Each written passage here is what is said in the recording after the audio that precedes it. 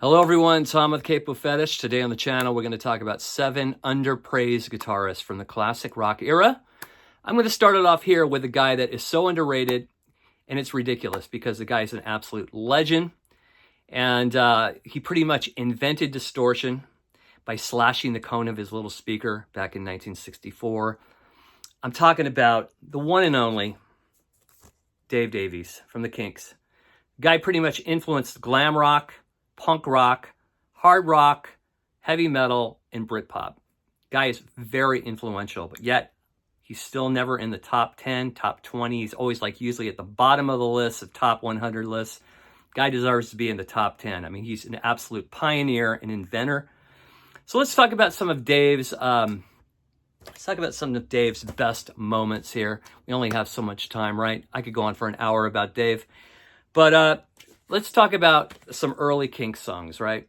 Of course, there's You Really Got Me, which has been talked about to death, and it is legendary. That song, it's amazing. That solo, that sound, nothing had ever sounded like that in rock and roll. But to me, it's the second single, All Day and All the Night, that really, really packs a punch. That guitar solo on All Day and All the Night is absolutely phenomenal. When you think about when it came out in 1964 and what he's doing there on that solo, incredible. It's completely revolutionary. And I always thought All Day and All the Night was the better song anyway. It had more punch, just more, that chorus is so infectious, and that riff is even more infectious than You Really Got Me. Of course, there were more riffs similar to that, like I Need You, Till the End of the Day, all great tracks. But early Kinks, Dave, no one sounded like him, absolute pioneer. So when the Kinks moved on to more pop-oriented music in the mid-60s, when they were kicked out of the US and decided to talk more about England, British themes, Dave kind of stopped playing solos and started adding more color to the Kinks songs. This is the Kink Chronicles. This covers the Face to Face through Arthur, through Lola, Percy period. So Dave really kind of shied away from solos from a good 3 years. Once in a while he'd do one like on King Kong, which is fantastic. That was a B-side. But it was just adding color to the songs. And Dave, he is so varied, his styles, his tones, his colors that he uses to paint these Kinks songs. Listen to his guitar lines on Waterloo Sunset. So amazing. Just very basic, but just does the job. He really contributes to the song. Whatever Ray writes, Dave contributes something perfect, whether it's understated or overstated. Dave knows exactly what to put to the song. He can play any kind of style. On here, you've got a song that a lot of people never heard of called God's Children. He has the most amazing guitar tone in the beginning of the track. Other songs like David Watts, he just kind of holds back, Dead End Street, Shangri-La, Autumn Almanac, just adding subtle colors, really cool little lines throughout the songs. And of course, Lola, a big power chord there. But I think by 1969, once the Kinks ban from the U.S. was lifted, the Arthur album came out. Dave has this really amazing sound on the Arthur album, starting with the song Victoria. It's this really thick, clean sound, kind of almost like a jazz kind of guitar sound that he employs through several songs here on Arthur, Victoria being one. He does these really kind of free-form guitar solos on the songs Australia. Others on here, like Brainwashed, he puts in the middle of the track, there's this part where it breaks down in the middle and it stops, and then it goes da-na, da-na, da-na, da-na. It's one of the best distorted guitar sounds I've ever heard. It almost comes blasting through the speakers. You can almost see the speaker cone kind of moving. It's this really thick, heavy, distorted guitar, only for maybe about 10 seconds, this riff in the middle of Brainwashed. So all over this Arthur album, he employs a lot of different sounds, a lot of different styles. On the song Mr. Churchill Says, he does this really cool, again, kind of like Australia. He throws in this really free-form kind of jazz guitar solo in the middle. It's fantastic. And by the time they signed to RCA and released Muswell Hillbillies, Dave is playing slide guitar at this point. Slide guitar in the song Complicated Life, Holloway Jail. It just shows you how versatile this guy, and he doesn't get enough credit for his versatility. It's all over this album. He doesn't even barely plays a solo on this whole album, but adds so much color with his amazing slide playing, his clean playing on 20th Century Man. It's clean, but it's intense. Really great stuff. By the late 70s, when the Kinks were finishing with RCA, they put out an album called Schoolboys in Disgrace. Dave started returning to his roots, his louder, more abrasive roots. You can hear that on songs like I'm in Disgrace. He does this incredibly tasteful solo on Headmaster, the song Headmaster. Of course, The Hard Way, which would become a live staple. Incredible guitar lines throughout that. And then even on No More Looking Back, just beautiful guitar lines throughout the song. Just the thing about Dave Davies is when he plays a guitar solo, it's nothing flashy. It's just tasteful, always full of taste and soul and heart. By the time of Sleepwalker 2, he puts out some of his best guitar solos, one being Jukebox Music. His guitar playing on the title track is phenomenal. He does this beautiful guitar solo on Life Goes On. And I could just go on and on about Dave. I'm such a fan.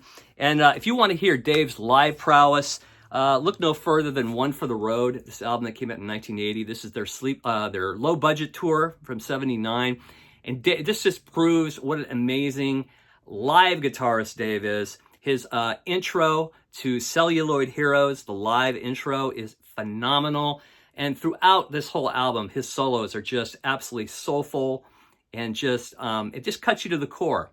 So for me, Dave Davies, along with the Kinks being one of the most underrated bands of all time, Dave Davies is one of the most underrated, underpraised guitarists, and he deserves way more attention for what he's contributed to rock and what he's contributed to the Kinks catalog. You know, with Ray and his brilliant songwriting, you've got Dave and his brilliant guitar playing, and he's a great songwriter. I mean, Strangers, Death of a Clown, Love Me Till the Sun Shines. I mean, the list goes on. Dave wrote a lot of great songs with the Kinks. So he is number one on my list for underappreciated, underpraised guitarist.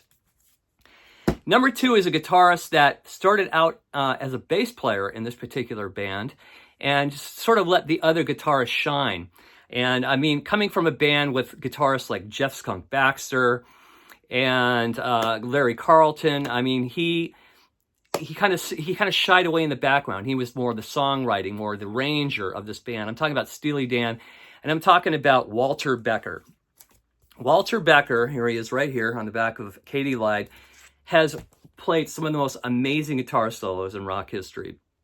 A lot of other great solos in Steely Dan's discography, but some of my absolute favorites are by Walter Becker. And two of them are on the Katy Lied album.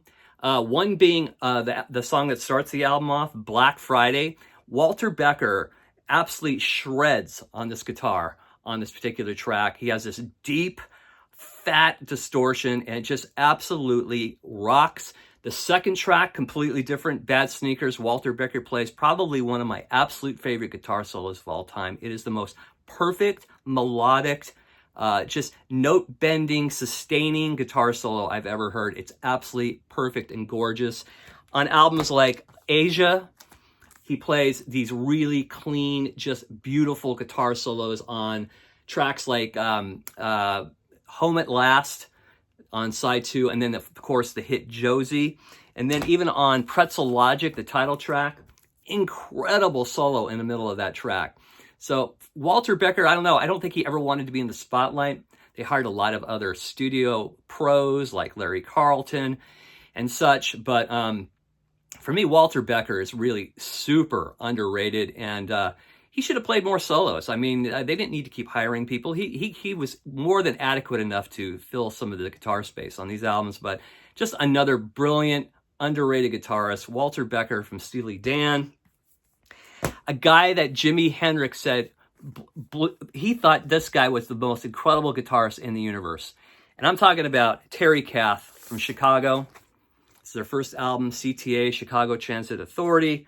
There's the man himself. Right here, just incredible guitarist, an absolute shredder. To this day, a lot of people still don't talk about him. He wasn't around very long. He lost his life, unfortunately, in a Russian roulette game with himself, which took him out at age 31 in 1978. But if you listen to this Chicago album, and you hear the soloing and his incredible soulful voice, the guy was just a pure talent, just an absolute pure talent. His solos on I'm the Man, the first track, Introduction, just incredible. He even does like some experimental stuff on freeform guitar. Throughout the album, Questions 67 and 68, he's just doing these guitar lines that are just mind-bending and mind-blowing. On the second album, Chicago, of course, 25 or 624. You've heard that song on the radio a million times. That guitar playing is absolutely phenomenal. He is so underrated to this day. I know there was a film, a documentary made about him a while back, which I think kind of gave him a little more airtime, a little more praise, but I still think to this day he's super underrated, underpraised. And if you've never heard these first two Chicago albums, check them out. Terry Kath is absolutely amazing. Another guy too that a whole lot of people don't really talk about is Jorma Kaukonen from Jefferson Airplane. I think he has one of the most original sounds. There he is right there. This very kind of lot of bending, a lot of sustaining, and just the overall guitar sound is really unique. He's also an amazing acoustic guitar player. The track Embryonic Journey on Surrealistic Pillow here is evident of that. The stuff he did with Hot Tuna. Some of my favorite solos of his, though, are on Volunteers from 1969. He does this just incredible solo on the song Good Shepherd. His solo, his fills, and his little lead parts on We Can Be Together. This is probably one of my favorite albums of his guitar playing, just showcasing how unique Jorma is. Then, of course, his great psychedelic playing on After Bathing at Baxter's, The Ballad of You and Me and Punil, all those tracks, just giving it that psychedelic flavor. And again, just no one really sounds like Jorma, and he's just never talked about as much as he should be. We always hear about the same, top 20 guitarists of all time. You never really hear much about Jorma. He's fucking fabulous. Absolutely fabulous. Another great one too. This guy's more about taste than flash, and that is Ronnie Wood from The Faces. This is The Faces' second album, Long Player. Ronnie Wood is one of the most tasteful slide guitar players. The track Sweet Lady Mary off Long Player here just features some just beautiful guitar playing, slide playing. His slide playing is all over these Faces albums. A Nod is as good as a wink to a blind horse. He really rocks out on this. Always tasteful, like on tracks like Miss Judy's Farm, the song Debris, which is written by Ronnie Lane. He does this beautiful little guitar solo in the middle, very melodic. In the song That's All You Need that ends side 2, he goes crazy with the slide at the end, bringing the song to a climax. So I think Ronnie Wood, not flashy, but very tasty. Whatever he does, whether it's slide guitar or it's lead guitar, he's phenomenal. And he's all over these early Rod Stewart albums. You can hear his playing all over, Maggie May. And it's all just tasty, subtle, and, it kind of like, it makes the song stand out even more when you have just a player that can just deliver the goods in a very tasteful way. Gasoline Alley, his slide guitar playing on the title track is phenomenal. So Ronnie Wood, he's amazing. Another great one too. I know he's highly rated, but you don't really hear him talk. You don't really hear people talk about him in the way that other people talk about other guitarists. I'm talking about Mick Ronson, who played with Bowie. These albums he played with Bowie are some of my favorite guitar parts. On Ziggy Stardust, that guitar solo in the middle of Moon Age Daydream, it's the melody, the sustain, just the atmosphere that he gives the song. He's an amazing arranger and producer. All his guitar parts sound very arranged and orchestrated, which I love. All over this album, of course, Suffragette City, Ziggy Stardust. And I love his guitar sound too. It's an amazing guitar sound. I love the sludge fest he brings to the song Cracked Actor on on Aladdin Sane, and his kind of orchestrated guitar parts on The Prettiest Star, and just the way he just incorporates just, again, taste. All these guitarists I'm featuring today have a lot of taste. It's not about flash, it's just taste. The Gene Genie, this great guitar sound. More great guitar playing all over Hunky Dory. Mick Ronson is another one. And I love his playing on Ian Hunter's You'll Never Be Alone with the Schizophrenic. Great stuff all over this by Mick Ronson. And then last but not least, a guy that's really known more for his songwriting and singing, not as much for his guitar playing, but I think his guitar soloing is great. It's straight to the point. It's fantastic. I'm talking about John Fogerty from Creedence Clearwater Revival. You know, you hear these quick little in and out solos on certain songs like Commotion and Fortunate Son. I don't know if you've ever heard or seen this particular, well, I don't think the whole particular set is featured on film, but pick this up and just give this a spin. This Creedence Clearwater Revival live at Woodstock, and you could really hear John Fogerty's amazing compact playing. They do go on tangents sometimes with songs like I Heard It Through the Grapevine, but there's a movie that came out maybe about 8 months ago called Live at the Albert Hall, and that right there showcases what an amazing rhythm/lead guitar player that John Fogerty is. Just what he does in just like a 3-minute song is really amazing. Just always tasteful, melodic, and I think a lot of these solos that he came up with were always planned prior. So another great guitarist, John Fogerty, Creedence Clearwater Revival. And those are 7 of my faves, the underrated faves.